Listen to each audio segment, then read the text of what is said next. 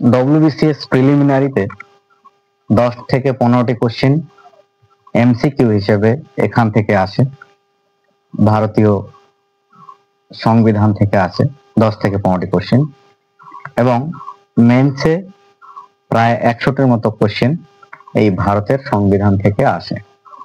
তো আমরা ভারতীয় সংবিধানের প্রথম যে চ্যাপ্টারটি আলোচনা করব সেটি হলো ভারতের সংবিধান রচনার পটভূমি ও গণপরিষদ, ইংলিশে যেটিকে বলা হচ্ছে making of Indian constitution and it's background. অর্থাৎ এই ভারতীয় সংবিধানের উপর যে সমস্ত কোশ্চেন ডব্লিউবিসিএস প্রিলিমিনারি হোক বা মেন্স হোক, যে প্রশ্নগুলো দেওয়া হয় সেগুলো টোটালি এমসিকিউ কোশ্চেন, এবং প্রত্যেকটি বিষয় খুঁটিনাটি পড়ার পর আমরা কিন্তু এই প্রশ্নগুলির উত্তর করতে পারি। তার আগে কিন্তু প্রশ্নগুলোর উত্তর করা মানে হলো নেগেটিভ মার্কিং। তো নেগেটিভ মার্কিং থেকে আমরা দূরে থাকব এবং যেটা আমরা জানি সেটাই শুধু অ্যান্সার করার চেষ্টা করব। তো প্রথম যে চ্যাপ্টারটি আছে ভারতের সংবিধান, এই ভারতের সংবিধান হলো পৃথিবীর সর্ববৃহৎ লিখিত বড় সংবিধান, এবং এই সংবিধান রচনার জন্য 2 বছর 11 মাস 14 দিন সময় লেগেছিল, এবং এতে খরচ হয়েছিল প্রায় 64 লক্ষ টাকার মতো তৎকালীন সময়ে, যেটা 1946 থেকে 1950 সালের মধ্যে। তো কিভাবে এই আমাদের সংবিধানের রচনার পিছনে যে বিষয়গুলো ছিল তাদের মধ্যে প্রথম থেকে শেষ পর্যন্ত আমরা আলোচনা করব। Growth of Indian constitution under company rule, অর্থাৎ কোম্পানির শাসনের অধীনে ভারতীয় সংবিধানের যে একটা রচনার বিষয় ছিল সেটি কিন্তু শুরু হয়েছিল প্রথম, এবং প্রথম যে বিষয়ের উপর ভিত্তি করে ভারতীয় সংবিধান গঠন করা হয়েছিল তার প্রথম স্তরটি হচ্ছে দি রেগুলেটিং অ্যাক্ট 1773, অর্থাৎ রেগুলেটিং আইন 1773-এর মাধ্যমে তৎকালীন সময়ে কলকাতাতে একজন প্রধান বিচারপতি এবং অন্য 3 জন আরো সহ বিচারপতি নিয়ে 1974 সালে কলকাতাতে সুপ্রিম কোর্ট গঠন করা হয়, এবং এক্ষেত্রে প্রথম সুপ্রিম কোর্টের প্রধান বিচারপতি ছিলেন স্যার এলিজা ইম্পে, এবং ফাঁসি দেওয়া হয় প্রথম রাজা নন্দকুমারকে। এরপরে চলে আসবো আমরা পিটস ইন্ডিয়া অ্যাক্ট 1784, অর্থাৎ পিটসের ভারত শাসন আইন 1784-র মধ্যে কি কি বিষয় ছিল সেগুলো একটু দেখে নিই। রেগুলেটিং অ্যাক্ট 1773-এ যে আইনগুলো প্রণয়ন করা হয়েছিল তার মধ্যে কিছু ত্রুটি বিচ্যুতি ছিল, সেই ত্রুটি বিচ্যুতিগুলো পিটস অ্যাক্টের মাধ্যমে সেগুলোকে সংশোধন করা হয়, এবং যেহেতু সংশোধন করে একটা সম্পূর্ণ নতুন আইন তৈরি করা হলো সেই জন্য এই আইনটিকে বলা হয় সেটেলমেন্ট অ্যাক্ট। এছাড়া কোম্পানির বাণিজ্যিক এবং রাজনৈতিক কার্যকলাপ এই পিটস অ্যাক্টের মাধ্যমে সম্পূর্ণ আলাদা করা হয়, অর্থাৎ কোম্পানির বাণিজ্য বিষয় দেখবে, এবং ভারতে যে রাজনৈতিক যে প্রেক্ষাপট আছে সেটি যেন বাণিজ্যের সঙ্গে না মিশে যায় সেটিকে কিন্তু সম্পূর্ণভাবে এই পিটস অ্যাক্টের দ্বারা আলাদা করা হয়। ভারতের কোম্পানির সাম্রাজ্যকে, ভারতে যে কোম্পানির সাম্রাজ্য ছিল সেই সাম্রাজ্যকে ব্রিটিশ পজিশন অফ ইন্ডিয়া বলা হয়, এটি কিন্তু ইম্পর্টেন্ট কোশ্চেন দিতে পারে। চ্যাটার অ্যাক্ট 1813, এটিতে যেহেতু ব্রিটিশরা ভারতে শাসন করত এবং তাদের আধিপত্য বজায় ছিল, সেহেতু তারা চাইবে যে তারা সারা ভারতবর্ষে যেন ব্যবসা বাণিজ্য করতে পারে, সেজন্য তারা রেগুলেটিং অ্যাক্ট 1773 থেকে পিটস ইন্ডিয়া অ্যাক্ট 1784 পর্যন্ত যে আইনগুলো প্রণয়ন ছিল তাতে ব্রিটিশ কোম্পানির আধিপত্য বিস্তার লাভ ছিল প্রবল, এবং সে সময় ব্রিটিশ কোম্পানি শুধু ব্যবসা বাণিজ্য করত, অন্য কোনো ইউরোপীয়দের ব্যবসা করতে দেওয়া হতো না।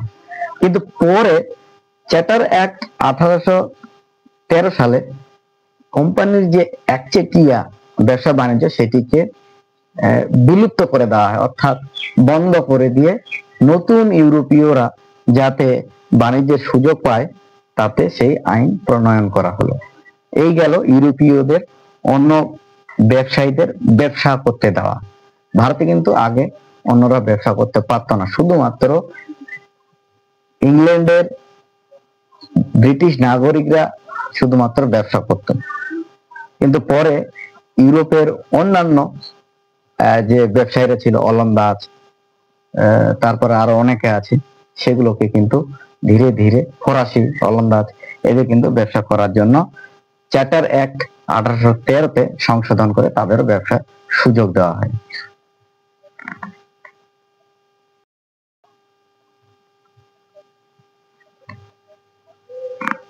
চার্টার অ্যাক্ট 1833, এই অ্যাক্টের মাধ্যমে ব্রিটিশ ইন্ডিয়া কোম্পানি প্রথম প্রশাসনিক সংস্থায় পরিণত হয় এবং চার্টার অ্যাক্ট 1833-এর মাধ্যমে গভর্নর জেনারেল অফ বেঙ্গলকে গভর্নর জেনারেল অফ ইন্ডিয়াতে পরিণত করা হয়। ভারতের প্রথম গভর্নর জেনারেল ছিলেন লর্ড উইলিয়াম বেন্টিং এবং এই সময় থেকে তিনি সিভিল সার্ভেন্ট নিয়োগের ক্ষেত্রে অবাধ প্রতিযোগিতার ব্যবস্থা করেন এবং গভর্নর জেনারেল ও তার কাউন্সিলকে অবাধ ক্ষমতা প্রদান করা হয় যাতে করে অন্যান্য সিভিল সার্ভেন্টরা সহজে নিযুক্ত হতে পারেন। এরপরে চলে আসবো আমরা চার্টার অ্যাক্ট 1953। এই সময় মেকিয়ালি কমিটি 1854 এর মাধ্যমে কর্মী নিয়োগের জন্য অবাধ প্রতিযোগিতামূলক ওপেন কম্পিটিশন ব্যবস্থা করা হয় যাতে করে সবাই চাকরির সুযোগ সুবিধা পায় এবং কর্মসংস্থানে নিয়োগ হয়। এরপরে আইনসভা আইন বিভাগকে শাসন বিভাগ থেকে আলাদা করা হয় এই চার্টার অ্যাক্ট 1953 আইনের মাধ্যমে।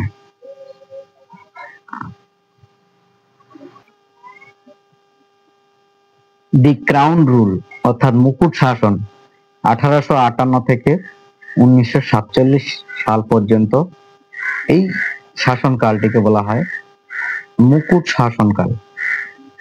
গভর্নমেন্ট অফ ইন্ডিয়া অ্যাক্ট 1858, এই আইন act for the good government of India নামে পরিচিত। ভারতবর্ষের শাসনভার ইস্ট ইন্ডিয়া কোম্পানির পরিবর্তে মহারানী ভিক্টোরিয়ার হাতে ন্যস্ত করা হয়। গভর্নর জেনারেল অফ ইন্ডিয়া পদের নামকরণ হয় ভাইসরয় অফ ইন্ডিয়া। ভাইসরয় ছিলেন ভারতে ব্রিটিশ ক্রাউনের প্রতিনিধি। ভারতের প্রথম ভাইসরয় ছিলেন লর্ড ক্যানিং।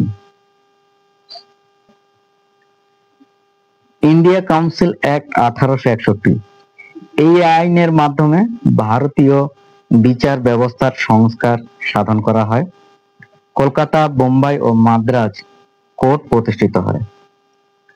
ভাইসরয়ের হাতে অর্ডিন্যান্স, রুল এবং অর্ডার জারি করার ক্ষমতা অর্পণ করা হয়।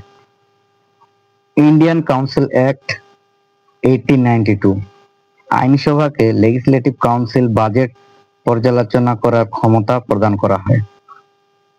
ইন্ডিয়ান কাউন্সিল অ্যাক্ট 1909, এই আইন মরলে মিন্টো সংস্কার আইন নামে পরিচিত। লর্ড মনে ছিলেন সচিব এবং লর্ড মিন্টো ছিলেন ভাইসরয়।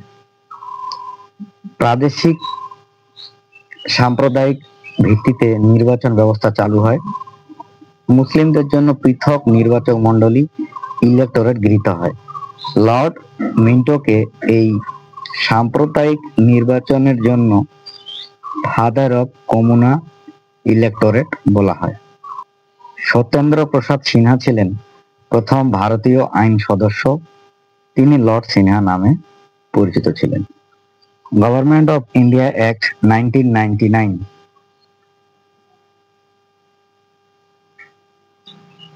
অর্থাৎ গভর্নমেন্ট অফ ইন্ডিয়া 1919, এই আইন মন্টেগু চেমসফোর্ড সংস্কার নামে পরিচিত। কেন্দ্রীয় আইনসভাকে দ্বিকক্ষ বিশিষ্ট করা হয় এবং দেশে প্রত্যক্ষ নির্বাচন শুরু হয়। 1926 সালে সেন্ট্রাল পাবলিক সার্ভিস কমিশন গঠিত হয়। গুরুত্ব: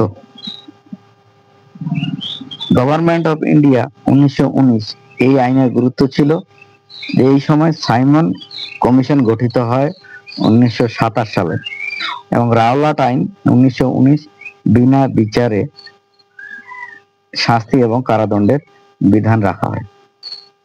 গভর্নমেন্ট অফ ইন্ডিয়া অ্যাক্ট 1935 প্রাদেশিক সরকারের দ্বৈত শাসন ব্যবস্থা দ্বিচারি তুলে দিয়ে প্রাদেশিক স্বায়ত্ত শাসন চালু করা হয়। প্রদেশ এবং প্রিন্সলে স্টেটগুলিকে নিয়ে অল ইন্ডিয়া ফেডারেশন গঠিত হয়। কেন্দ্রীয় শাসন ব্যবস্থায় দ্বিচারি চালু হয়, ফলে যুক্তরাষ্ট্রীয় কাঠামো রিজার্ভ ও ট্রান্সফার্ড দুটো ভাগে বিভক্ত হয়। Government of India act 1935 brought the character of Indian government from unitary to federal. কেন্দ্রীয় সরকারের মুদ্রা ও ঋণ নীতি নিয়ন্ত্রণের জন্য রিজার্ভ ব্যাংক অফ ইন্ডিয়া গঠিত হয় 1935 সালে। প্রভিন্সিয়াল পাবলিক সার্ভিস কমিশন গঠিত হয় 1935 সালে। যুক্তরাষ্ট্রীয় আদালত এবং পরিবহন বিভাগ চালু করা হয়। এই আইনের ভিত্তিতে পরবর্তীকালে ভারতীয় সংবিধান রচিত হয়। অর্থাৎ আমরা যে ভারতীয় সংবিধানের অনেক অংশ দেখি তার বেশিরভাগটাই 1935 ভারত শাসন আইন থেকে কপি করা। ভারত শাসন আইন 1935 জারির কারণ সমূহ: সাইমন কমিশনের সুপারিশগুলি ভারতীয় শাসন ব্যবস্থায় অন্তর্ভুক্তিকরণ করা। 2. গান্ধীজির আইন অমান্য আন্দোলন 1930। 3. তিনটি গোল টেবিল বৈঠকের 1930, 31, 32 সুপারিশগুলি প্রণয়ন করা। 4. গান্ধী আরউইন চুক্তির বিষয়গুলি অন্তর্ভুক্তিকরণ। 5. পুনা চুক্তির গান্ধীজি ও আম্বেদকরের মধ্যে শর্তগুলি অন্তর্ভুক্তকরণ করা। সিআর ফর্মুলা: চক্রবর্তী রাজাগোপালাচারীর সূত্র 1944 ছিল অল ইন্ডিয়া মুসলিম লীগ এবং ইন্ডিয়ান ন্যাশনাল কংগ্রেসের মধ্যে রাজনৈতিক অচলাবস্থা সমাধান করার জন্য একটি প্রস্তাব। মুসলিম লীগের অবস্থান ছিল ভারতের মুসলমান এবং হিন্দু দুটি পৃথক জাতি, তাই মুসলমানদের নিজস্ব জাতির জন্য পৃথক দেশ তৈরি করার প্রস্তাব ছিল। অন্যদিকে কংগ্রেস ভারত বিভক্ত করার ধারণার বিরোধী ছিল। সিআর ফর্মুলা মূল নীতিটি ছিল যে অঞ্চলগুলিতে মুসলমানরা সংখ্যাগরিষ্ঠতা অর্জন করেছিল সেখানকার লোকেদের মতামতের ভিত্তিতে লীগকে মুসলিম পাকিস্তান দেওয়ার প্রস্তাব যেন কংগ্রেস মেনে নেয়। সিআর চক্রবর্তী গোপালাচারী 1947 থেকে 1948 সাল পর্যন্ত পশ্চিমবঙ্গের রাজ্যপাল হিসেবে দায়িত্ব পালন করেছিলেন। ইন্ডিয়ান ইন্ডিপেন্ডেন্স অ্যাক্ট 1947 কারণসমূহ: দ্বিতীয় বিশ্বযুদ্ধের ফলে ব্রিটিশ সরকারের আর্থিক ক্ষতি হয়। ক্রিপস প্রস্তাব 1942 গৃহীত হয়। ক্যাবিনেট মিশন প্ল্যান 1946 গণপরিষদ গঠনের জন্য প্রস্তাব দেয়। ব্রিটিশ সরকারের বিরুদ্ধে নৌবিদ্রোহ সামরিক বিদ্রোহ হয়। বিষয়বস্তু: 1947 সালে 15 আগস্ট থেকে স্বাধীনতা ও সার্বভৌম দেশ হিসেবে ভারত আত্মপ্রকাশ করে। দুটি স্বাধীন দেশ ভারত ও পাকিস্তান গঠিত হয়। সিভিল সার্ভিসের নিয়োগ এবং secretary of state of India কর্তৃক নিয়োগের ক্ষেত্রে কোটা বন্ধ হয়। ব্রিটিশ সরকার কর্তৃক চালু হয় যে কোনো আইন বাতিল করার ক্ষমতা ভারতীয় গণপরিষদের হাতে অর্পিত হয়। লর্ড মাউন্টব্যাটেন শেষ ব্রিটিশ গভর্নর জেনারেল এবং স্বাধীন ভারতের প্রথম গভর্নর জেনারেল ছিলেন লর্ড মাউন্টব্যাটেন। চক্রবর্তী রাজাগোপালাচারী প্রথম ভারতীয় গভর্নর জেনারেল, যিনি সর্বশেষ গভর্নর জেনারেল অফ ইন্ডিয়াও ছিলেন। ইন্ডিয়ান ইন্ডিপেন্ডেন্স অ্যাক্ট 1947 এর কিছু সমালোচনা আছে। এগুলি হলো: ভারত স্বাধীন হলো ঠিকই, কিন্তু দেশ দুটি ভাগে বিভক্ত হয়ে গেল। গণপরিষদের প্রতিনিধিদের বন্টন। ক্যাবিনেট মিশনের প্রস্তাব অনুযায়ী গণপরিষদে মোট আসন সংখ্যা ছিল 389টি। এর মধ্যে 11টি ব্রিটিশ শাসিত প্রদেশের জন্য ছিল 292টি, মুসলিমদের জন্য ছিল 78টি, শিখদের জন্য ছিল 4টি এবং সাধারণের জন্য ছিল 210টি আসন। গণপরিষদে কমিটি ও তার সভাপতিগণ। খসড়া কমিটির বা ড্রাফটিং কমিটির সভাপতি ছিলেন doctor B.R.. Ambedkar. Steering committee সভাপতি ছিলেন ডক্টর রাজেন্দ্র প্রসাদ। মৌলিক অধিকার সংক্রান্ত সাব কমিটির সদস্য ছিলেন জে.বি. কৃপালিনী। মৌলিক অধিকার এবং সংখ্যালঘু আদিবাসীদের বিষয় সংক্রান্ত কমিটির সভাপতি ছিলেন সর্দার বল্লভভাই পেটেল। সংখ্যালঘু বিষয়ক উপদেষ্টা কমিটির সভাপতি ছিলেন এইচ.সি. মুখার্জি। সভার কার্যাবলী সম্পর্কিত কমিটির সভাপতি ছিলেন জি.ভি. মাভালঙ্কর। জাতীয় পতাকা সম্পর্কিত কমিটির সদস্য ছিলেন ডক্টর রাজেন্দ্র প্রসাদ। স্বাধীন ভারতের প্রথম মন্ত্রিসভার সদস্যগণের তালিকা। জওহরলাল নেহরু ছিলেন পররাষ্ট্র এবং প্রধানমন্ত্রী। সর্দার বল্লভভাই পেটেল স্বরাষ্ট্র, তথ্য এবং সম্প্রচার মন্ত্রী। রাজেন্দ্র প্রসাদ ছিলেন খাদ্য এবং কৃষি মন্ত্রী। জগজীবন রাম ছিলেন শ্রম মন্ত্রী। ডক্টর জন মাথাই ছিলেন রেল ও পরিবহন মন্ত্রী। মৌলানা আজাদ ছিলেন শিক্ষা মন্ত্রী। এছাড়া সি গোপালাচারী ছিলেন শিক্ষা ও চারুকলা বিষয় মন্ত্রী। Doctor B.R.. আম্বেদকর ছিলেন আইন মন্ত্রী। শ্যামা প্রসাদ মুখার্জি শিল্প ও সরবরাহ মন্ত্রী। গণপরিষদের সদস্যদের দলগত আসন সংখ্যা। কংগ্রেস ছিল 208টি আসন, মুসলিম লীগ ছিল 73টি আসন, নির্দল ছিল 8টি। সংবিধান রচনা। Making of Indian constitution. গণপরিষদের ধারণা দেন প্রথম এম.এন. রায় 1934 সালে।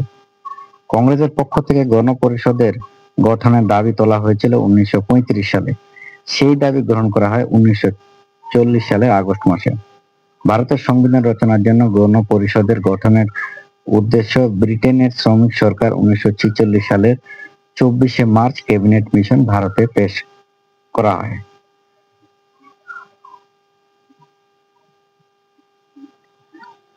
প্রসঙ্গত, দেশ ভাগের পর গণপরিষদের সদস্য সংখ্যা ছিল 299 জন। দেশ ভাগ এবং পৃথক গণপরিষদ গঠনের কথা ঘোষণা করা হয় মাউন্টব্যাটেন প্ল্যান 3 জুন 1947 দ্বারা। গণপরিষদের গঠনের জন্য নির্বাচন হয় 1946 সালের জুলাই মাসে। নির্বাচনে ইন্ডিয়ান ন্যাশনাল কংগ্রেস 208টি, অল ইন্ডিয়া মুসলিম লীগ 75টি এবং অন্যান্য ছোট দল সহ নির্দল পায় 15টি আসন। মুসলিম লীগ প্রথমে গণপরিষদে যোগ না দিলেও 26শে অক্টোবর 1946-এ যোগ দেয়। 1947 সালের 16 জুলাই গণপরিষদ ত্যাগ করে। 1946 সালের 9 ডিসেম্বর দিল্লির কনস্টিটিউশন হলে গণপরিষদের প্রথম অধিবেশন বসে। যোগদান করেন 207 জন সদস্য। সভাপতিত্ব করেন doctor Sachidananda Sinha. Doctor Rajendra Prasad 11 December 1946 গণপরিষদের সভাপতি নির্বাচিত হন এবং সহসভাপতি ছিলেন ডক্টর হরেন্দ্র কুমার মুখার্জি। অন্য সহসভাপতি ছিলেন ভিটি কৃষ্ণমা আচার্য। প্রথম অধিবেশনে 13 December 1946 Jawaharlal Nehru objective resolution পেশ করেন। প্রথম অধিবেশন শেষ হয় 30 ডিসেম্বর 1946। পঞ্চম অধিবেশন থেকে গণপরিষদ 14 আগস্ট 1947 সার্বভৌম ক্ষমতার অধিকারী হয়ে ওঠে। সংবিধান তৈরির খসড়া কমিটি ড্রাফটিং কমিটি গঠিত হয় 1947 সালের 29 আগস্ট। খসড়া কমিটির অধিবেশন হয়েছিল 11টি। মোট কার্য দিবস ছিল 114 দিন। খসড়া কমিটির সদস্য ছিলেন বি.আর. আম্বেদকর, এন. গোপাল স্বামী আয়েঙ্গার, এ. মুন্সি, মোহাম্মদ শহীদুল্লাহ, এন. মাধব রাও, টি.টি. কৃষ্ণমাচারী, আলাদি কৃষ্ণস্বামী আয়ার। খসড়া কমিটি সংবিধান প্রকাশ করে 21 ফেব্রুয়ারি 1948। এরপর ভারতীয় জনগণকে 8 মাস সময় দেওয়া হয় তাদের মতামত দেওয়ার জন্য। এবং দ্বিতীয় খসড়া প্রকাশ করা হয় 1948 সালে। খসড়া কমিটির প্রাথমিক পর্বে সংবিধান রাখে 315টি ধারা এবং 13টি তফসিল। চূড়ান্ত পর্বে যখন ফাইনাল রিপোর্ট করা হয় তখন 395টি ধারা, 8টি তফসিল এবং 22টি অংশে করা হয়েছিল। গণপরিষদ কর্তৃক সংবিধান গৃহীত হয় 26শে নভেম্বর 1949 এবং ওই দিন থেকে নাগরিকত্ব নির্বাচনের মতন গুরুত্বপূর্ণ 15টি ধারা কার্যকরী করা হয়। এই দিন স্বাক্ষর করেন 284 জন সদস্য। বাকি সংবিধানের অংশ কার্যকর হয়েছিল 26শে জানুয়ারি 1950। গণপরিষদের জাতীয় পতাকা গ্রহণ করা হয় 22শে জুলাই 1947। জাতীয় পতাকার নকশা তৈরি করেন পিঙ্গালি ভেঙ্কাইয়া। জাতীয় সঙ্গীত গৃহীত হয় 24 জানুয়ারি 1950। গণপরিষদ ডক্টর রাজেন্দ্র প্রসাদকে রাষ্ট্রপতি হিসেবে নির্বাচিত করে 24শে জানুয়ারি 1950। গণপরিষদের কমিউনিস্ট সদস্য ছিলেন সোমনাথ লাহিড়ী। গণপরিষদের সাংবিধানিক পরামর্শদাতা ছিলেন বেনিজাল নারসিং রাও। সংবিধান তৈরিতে মোট সময় লাগে 2 বছর 11 মাস 18 দিন, খরচ হয় 64 লক্ষ টাকার মতো। মোট কমিটি গঠন করা হয়েছিল 13টি। 26 নভেম্বর 1949 পূর্বে 1935 সালের ভারত শাসন আইন দ্বারা ভারতের শাসন ব্যবস্থা পরিচালিত হয়। বর্তমানে সংবিধানের 448টি ধারা, 12টি তফসিল এবং 22টি অংশ রয়েছে। ভারতের আসল সংবিধান হাতে লিখেছিলেন প্রেম বিহারী নারায়ণ রায়জাদা। প্রতিটি পৃষ্ঠায় অন্যভাবে শান্তিনিকেতনের শিল্পীরা সাজিয়েছিলেন বিত্তর রামমোহন সিনহা এবং নন্দলাল বসুর নেতৃত্বে। প্রথম লোকসভা নির্বাচন অনুষ্ঠিত হয় 1951 থেকে ফেব্রুয়ারি 1952। ভারতীয় সংবিধানের জনক ডক্টর বি.আর. আম্বেদকর। সংবিধান দিবস। ভারতের সংবিধান গ্রহণের স্মরণে আমাদের দেশে প্রতি বছর 26 নভেম্বর সংবিধান দিবস পালিত হয়। 1949 সালে 26শে নভেম্বর ভারতের গণপরিষদ ভারতের সংবিধান গ্রহণ করে, যা 1950 সালে 26শে জানুয়ারিতে কার্যকর করা হয়। দুর্গাদাস বসু ছিলেন একজন ভারতীয় আইনবিদ এবং আইনজীবী। তিনি 1950 সালে ভারতের সংবিধান সম্পর্কিত মন্তব্য এবং ভারতের সংবিধানের আইন সম্পর্কিত কেসবুক লিখেছিলেন। সংবিধান কার্য করার জন্য 26শে জানুয়ারি দিনটিকে বিশেষভাবে বেছে নেওয়া হয়েছিল, কারণ 1930 সালের এই দিনে ভারতীয় জাতীয় কংগ্রেসের লাহোর অধিবেশনে ডিসেম্বর 1929 সিদ্ধান্ত অনুযায়ী পূর্ণ স্বরাজ দিবসটি পালিত হয়। 1935 সালে ভারত শাসনের পরিবর্তে ভারতের সংবিধান কার্যকরী হয়েছিল। গণপরিষদের শেষ অধিবেশনটি অনুষ্ঠিত হয়েছিল 24 জানুয়ারি 1950। WBCS প্রিলিমিনারি কিছু কোশ্চেন এখানে আছে। The Constitution of India was adopted by the Constituent Assembly on November 26, 1949. During which of the following period did the Constituent Assembly